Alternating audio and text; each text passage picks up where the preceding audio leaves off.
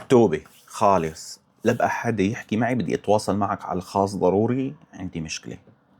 صار كذا مرة بنحط بموقف محرج، لأنه في مثل بيقول لك أو مقولة بيقول لك أولاد الحرام ما خلوا لأولاد الحلال شيء.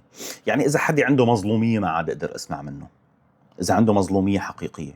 تواصلت معي إحدى السيدات، أنا بيتي احتلوه الأمن العام، وجابت لي وراء وأرقام شكاوي وكذا، فأنا بالعادة وقت بتجيني بحكي هيك وراء. طبعا هي ضافت على القصة بهاراتها.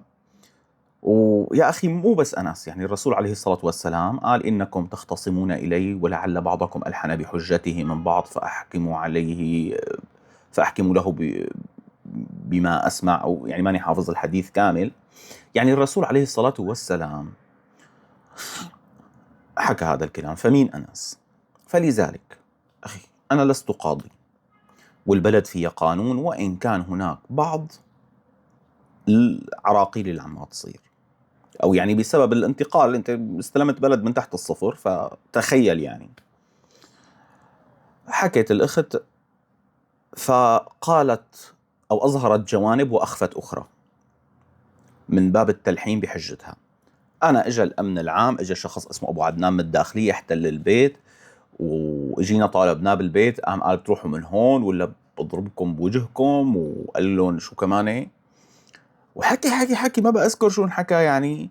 وقال إذا بيجي الرئيس ما بطلع. طبعا هذا الحكي كله كذب، مو لأنه سألت وعرفت، ومن الداخلية نفسها وصلتني معلومات وإثباتات بتأكد التالي. أول شيء هذا البيت هو جزء من غنائم الحرب. شلون يعني؟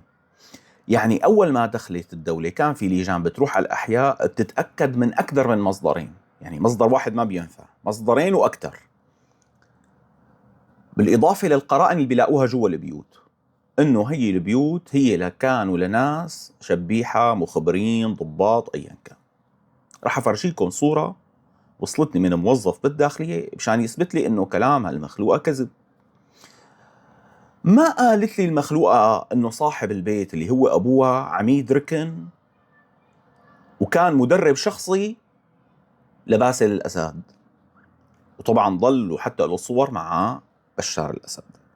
ما قالت لي إنه الجماعة هدول عايشين بأمريكا. قال والله نحن بالسعودية واشترينا بيت على قدنا وشلون.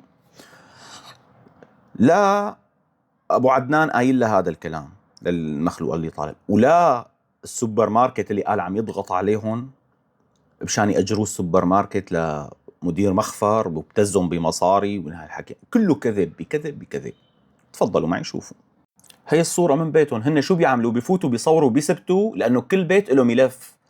لأنه هاد لسه بدي أحكي لكم تفاصيل أكثر، طولوا بالكم. تفضل، هذا صاحب البيت، هذا عميد ركن مع أبو رقبة. يا جماعة اللي عم يقول رح لي بيت واحتلوا بيتي، تعال أحكي لك شغلة. قد يحصل أخطاء، يعني كان البيت مو للي قاعد فيه، مستأجره، وكان شبيح وممكن محتله غصب عنك. فالدولة ما تركتها فوضى، مو مثل ما أنتم مصورين إنه يلا مين من كان إجا من إدلب، إجا مع المحررين أخذ حي الله بيته وقعد. لا مو هيك أبداً. هذا الحكي من موظف بالداخلية مسؤول عن هي الأمور حكاني إياها. اسمع، أول ما دخلوا وين في بيوت تأكدوا منها قدر الإمكان، أخذوا قرائن إثباتات ووثقوها، وصارت عند الدولة. الداخلية هي مسؤولة عن هذا الموضوع. يعني الدولة لما قعد هذا الشخص المحرر اللي اجى مع المحررين، هو ما اختار انه يقعد هون بهذا البيت. الدولة قالت له بتقعد مع هذا، يعني مشكلتك مو مع اللي قاعد، حقك تروح تشتكي، ممكن يكون حدا منتحل شخصية انه من المحررين وقعد. لكن تحديدا الشخص اللي اسمه ابو عدنان بالداخلية طلع شخص قمة في الرقي والاخلاق، لدرجة انه انا حسيت اني يعني ما بعرف كيف بدي اعتذر منه، اني ظلمته، وحقك على راسي. غير انه في ناس استغلت هذا الموضوع انه الدولة عم تاخذ بيوت الناس، لعنة الله عليكم. يعني على فكرة ابو عدنان ما بيحكي هذا الحكي، ها، يعني أبو عدنان نفسه ما بيحكي هذا الحكي اللي عم بحكي أنا، بس أنا هيك نيراني. والله العظيم يا شباب ما فينه هذا الشخص نفسه إذا حب يطلع من البيت يطلع، لأنه هذا البيت بعهدته ولا يتم إعادته إلى أصحابه إلا بقرار قاضي. وهي البيوت كلها بدها تنترس، والقاضي إما إذا شافه لشبيح أو مخبر أو حدا، هذا تعتبر غنائم حرب بتاخذها الدولة، تنتقل ملكيته بأمر القاضي إلى الدولة.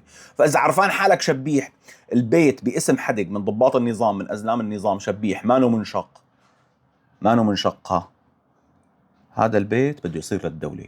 أما إذا كان في خطأ القاضي بيحكم لك إياه وبيرجع لك إياه.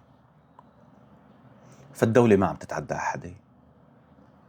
والله العظيم أنا ما كنت أتوقع أيا كانت الدولة اللي بدها تجينا وتحكم هالبلد تكون مثل هدول. هدول الناس ملايكة من الآخر، والله العظيم ملايكة.